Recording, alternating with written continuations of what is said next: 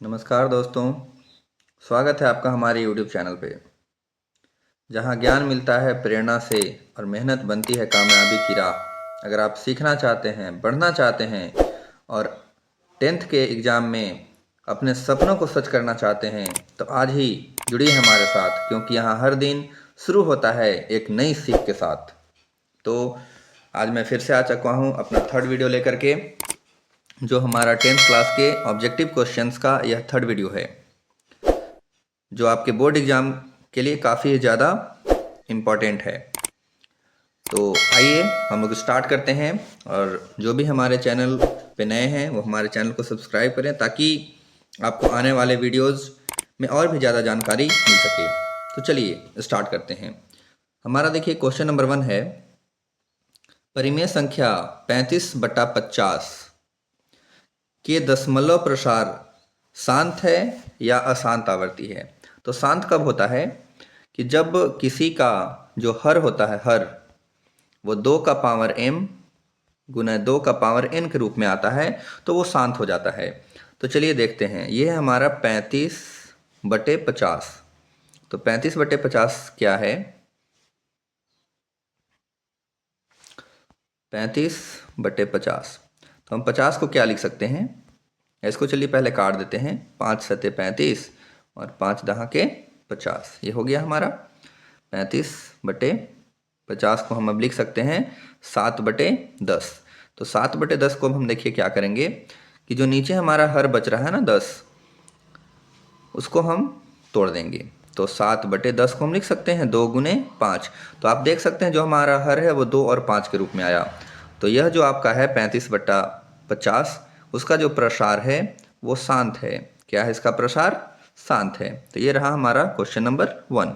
अब हम चलते हैं क्वेश्चन नंबर 2 के लिए। ये क्वेश्चन हम लोग काफ़ी बार बनाए भी हैं, और ये क्वेश्चन काफ़ी ज़्यादा आसान भी है। इसलिए आसान है क्योंकि कुछ करना नहीं होता। ये एक्स लाइन जो आपको दिख रहा है, इसमें ये 1 बार, 2 बार, 3 बार और एक यहाँ 4 बार। तो इसमें शून्यकों की संख्या, पी एक्स के शून्यकों की संख्या कितनी हो गई? 4। ये काफ़ी सारा सिंपल सा क्वेश्चन ही है। चलें क्वेश्चन नंबर 3 पे। तो हम लोग बात करते हैं कि बताना है यहाँ की जांच कीजिए कि ये जो समीकरण आपको दिख रहा है ये द्विघात है ये अथवा नहीं है। तो क्वेश्चन है x इंटू एक्स प्लस 1, थोड़ा इधर चलिए लिखते हैं,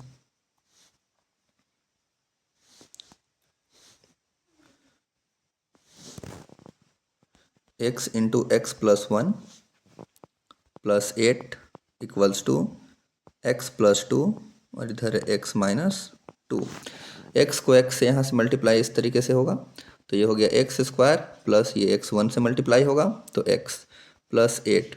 इधर आप देख सकते हैं a plus b, a minus b का कॉन्सेप्ट है, तो a square minus b square. तो ये हो गया x square plus x plus 8 plus बराबर में है ये एक्स स्क्वायर माइनस 2 दूनी 4। चलिए सबको हम इधर पे ले आते हैं लेफ्ट हैंड साइड में। X square plus x plus 8 plus का एक्स स्क्वायर माइनस में आ गया, और माइनस का 4 प्लस में आ गया, बराबर हो गया 0। ये देखिए एक्स स्क्वायर से एक्स स्क्वायर कट गया। अब यहाँ बच गया सिर्फ एक्स प्लस 8 और 4 12 बराबर 0। अब ये द्विघात समीकरण कब होगा? जब यहाँ पे एक्स स्क्वायर होता, स्क्वायर में आता है तभी द्विघात समीकरण है। तो ये हमारा द्विघात समीकरण नहीं है। ये हो गया हमारा इसका फाइनल आंसर।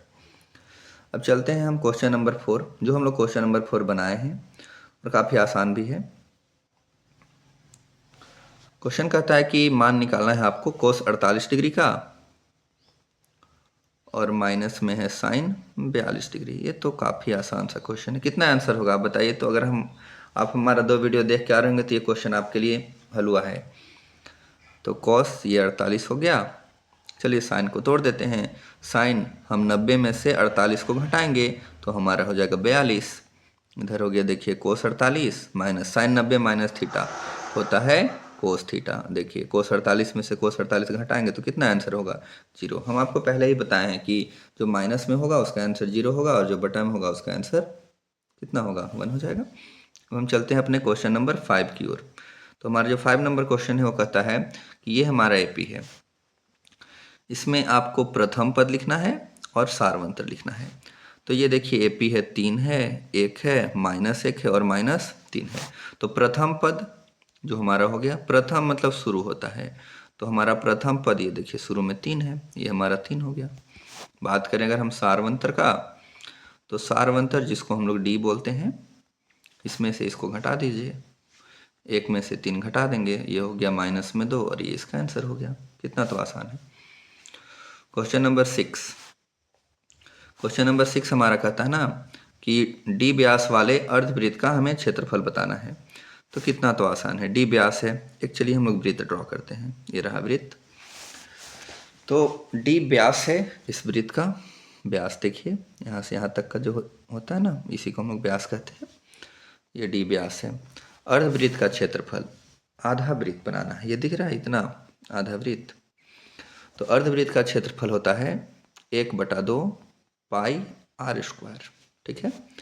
तो 1/2 पाई, आर क्या होता है, डी का आधा होता है, तो डी का आधा यहाँ d/2 स्क्वायर है, तो स्क्वायर 1/2 पाई, ये हो गया डी स्क्वायर बटे 2 का स्क्वायर 2 दूनी 4, इसको हम लिख सकते हैं पाई डी स्क्वायर बटे 4 दूनी 8, और ये हमारा हो गया इसका फाइनल आंसर। अब नीचे कहता है 7 नंबर में कि आपको बताना है कि ये जो आपको नज़र आ रहा है ना, ये कि ये जो दोनों आपको त्रिभुज दिख रहे हैं, ये समरूप हैं या नहीं है, तो बिल्कुल है। यहाँ देखिए 70 डिग्री, यहाँ देखिए 70 डिग्री, 2.5 का दुगुना 5 हो गया, और यहाँ 5 का दुगुना 10 हो गया, बिल्कुल समरूप है। हाँ, ये समरूप है। कहता है कैसे समरूप है, तो इसमें आप देख पा रहे हैं कि 2 भुजा है और एक कोण है, तो एस ए एस, यही है इसका समरूपता का कसौटी, इसी से ही है। अब चलिए क्वेश्चन नंबर 8, 9, 10 ये सब काफ़ी ज़्यादा इजी क्वेश्चंस होते हैं। तो 8 में है कि एक वृत्त की कितनी समांतर स्पर्श रेखा हो सकती है, तो 2 समांतर स्पर्श रेखा हो सकती है अधिकतम। एक चित्त प्राप्त करने की प्रायिकता ज्ञात कीजिए। चित्त समझते हैं, क्वेश्चन नंबर 9 देखिए, चित्त हेड को कहते हैं। तो अगर हम एक सिक्के को एक बार उछालेंगे तो या तो हेड आएगा या तो टेल आएगा, कुल परिणाम हमारा कितना हो गया 2। तो हमें प्रायिकता बताना है एक चित्त प्राप्त करने का, एक चित्त प्राप्त करने का। तो चित्त कितना बार आया है, 1 बार आया है, टोटल कितना हमारा कुल परिणाम है 2, तो 1/2 इसका आंसर हो गया। अगर एक पट प्राप्त करने का भी रहता फिर भी 1/2 होता। 10 नंबर क्वेश्चन तो और भी ज़्यादा आसान है, इसलिए आसान है ना क्योंकि बोलता है वर्ग अंतराल की जो निम्न सीमा होती है और जो संचयी बारंबारता होती है उसके बीच खींचे गए आलेख को क्या कहते हैं, तो उसके बीच जो खींचे गए आलेख को हम लोग कहते हैं अधिक प्रकार का त्वरण, अधिक प्रकार का त्वरण, ये हमारा इसका फाइनल आंसर हो गया।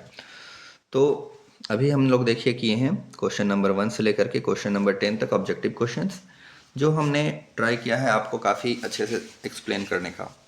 तो अगर आपने हमारा अभी तक सारा वीडियो नहीं देखा है, 3 वीडियो अभी तक अपलोड हो चुका है, तो आप जा करके सारे वीडियोज़ को देखिए ताकि आपको मैथ्स के ऑब्जेक्टिव्स में प्रॉब्लम ना हो। धीरे धीरे करके हम सभी सब्जेक्ट के वीडियोज़ ऑब्जेक्टिव सब्जेक्टिव लाने का प्रयास करेंगे ताकि आपका जो एग्ज़ाम है वो काफ़ी अच्छे तरीके से जाए और आप एग्ज़ाम में एक अच्छे मार्क्स के साथ रिजल्ट को ला सकें। तब तक के लिए bye bye and take care and have a nice day.